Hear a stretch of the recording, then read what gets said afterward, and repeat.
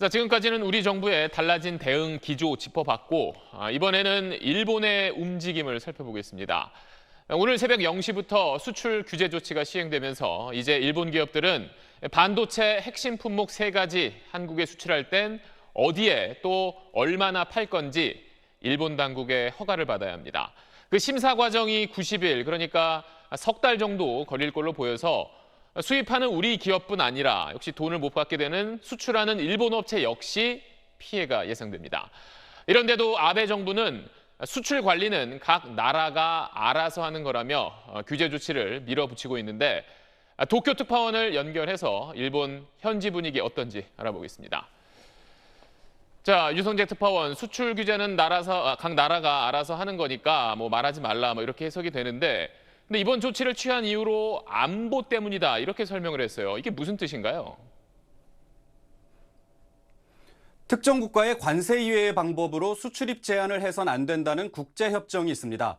다만 여기에 안전보장을 위해서라면 예외를 인정한다는 조항이 있는데 이걸 이용해서 이번 조치를 정당화하려는 겁니다. 수출입 주무부처인 경제산업성 세코 장관의 말 들어보시겠습니다. 兵器等に転用される可能性のある技術を輸出する際にはですね、きちっとした管理をですね常に行うことが求められている。これは国際社会の一員として当然のことでありまして。 세코 장관은 또 SNS에 이번 조치의 배경에 대해 언론도 아직 완전히 이해하지 못하고 있는 듯하다면서 일본 언론의 비판적 보도를 반박했습니다. 그러나 한국에 반도체 부품을 수출하는 게 일본에 대체 어떤 식으로 안보 불안을 가져오는지에 대해서는 일본 정부도 아직 한마디의 답변도 내놓지 않고 있습니다.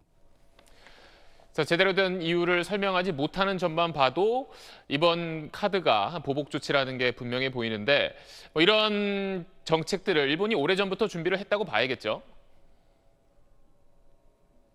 네, 잠시 시계를 지난 4월로 돌려보면요. 12일에 한국의 후쿠시마 수산물 수입 규제가 정당하다는 WTO 판결이 있었고 4월 23일에 나온 일본의 외교청서에는 한일 간 신뢰, 미래지향 같은 긍정적인 표현들 대신에 한일 관계가 전반적으로 매우 어려운 상황에 직면했다는 표현이 있었습니다.